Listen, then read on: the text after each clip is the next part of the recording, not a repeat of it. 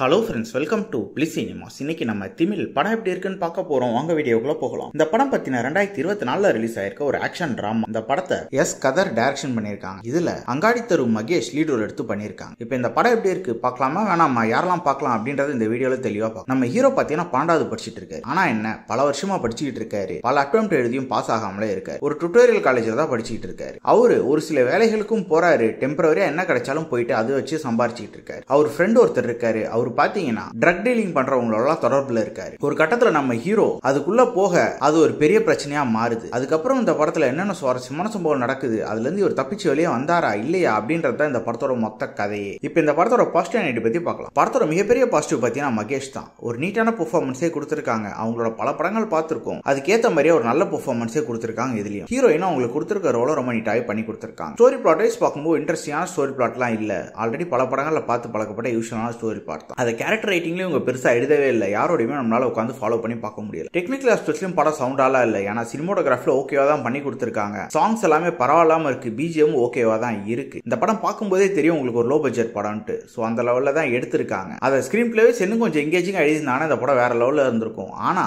இவங்க யூஸ்வலா எடுக்கிற அதே ட்ரக் டீலிங் படத்தை தான் எடுத்து வச்சிருக்காங்க. சுத்தமா புதுசா எதுவும் கிடையாது. பல படத்துல பார்த்து பழக்கப்பட்ட அதே சீன்ஸா தான் இருக்கு. ஓவராலா பார்த்தீங்கன்னா இந்த படம் ஒரு பிலாவரேஜான படம் தான். வேணும்னா ட்ரை பண்ணி பாருங்க. இன்னொரு வீடியோல சந்திக்கலாம். தேங்க்யூ.